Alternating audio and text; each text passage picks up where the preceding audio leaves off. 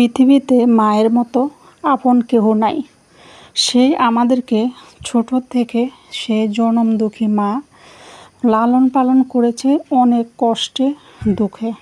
নিজে কষ্ট পেয়েছে, নিজে না খেয়ে সন্তানের মুখে হাসি ফুটিয়েছে, সন্তানকে খাইয়েছে। মাকে ভালোবাসি, মাকে ভালোবাসতেই হবে। মায়ের মতো ভালোবাসতে কেউ পারে না। আজকে রান্না করতে করতে আপনাদের সাথে সামান্য কিছু কথা, আমার মনের কিছু শব্দ ভাব যেটা জমা হয়েছে, সামান্য কিছু কথা বলার চেষ্টা করব। যাই হোক, রান্না করছি। এই রান্না করতে করতেও মায়ের কথা মনে হয়।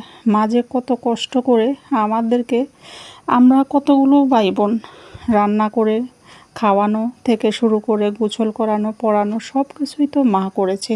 মায়া দিয়ে, মমতা দিয়ে। সে মায়া, মমতা, পরম ভালোবাসা আর কোথাও যেন সেটা খুঁজে পাওয়া যাবে না। যাই হোক, মা দুঃখিনী মা আমাদের সন্তানের জন্য সব কিছুই ত্যাগ করতে পারেন।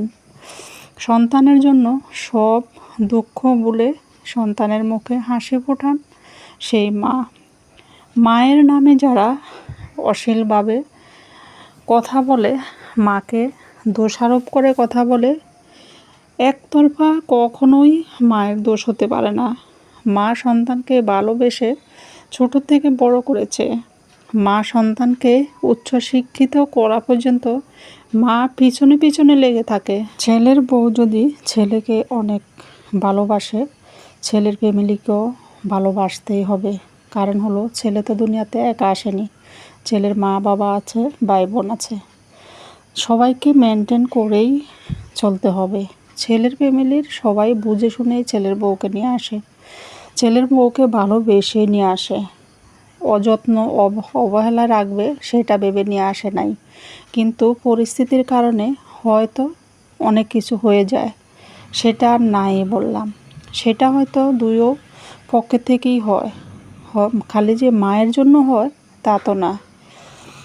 মুরব্বি থাকলে দুই একটা কথা হবেই। মুরব্বিরা এখনকার মানুষের সাথে তো আর আগেরকার মানুষের কথাবার্তা, চলাফেরা সব কিছু এক হবে না। তাই এখনকার যারা ইয়াং জেনারেশন, তারা এটা বুঝতে হবে, মেনে নিতে হবে, সেটা মানিয়ে নিতে হবে। কিছু কিছু সহ্য করতে হবে, ধৈর্য ধরতে হবে, তাহলেই সংসার সুন্দর হবে। এসেই যদি বলে যে না, ছেলেকে বিয়ে করেছি, ছেলের সাথেই থাকবো, ছেলের সাথেই খাবো, সেই আমার একমাত্র আপন, তাহলে তো ঝামেলা হবেই। ছেলে তো আর দুনিয়াতে একা আসে না। ওই যে বললাম, মা কষ্ট করে সন্তান বড় করেছে,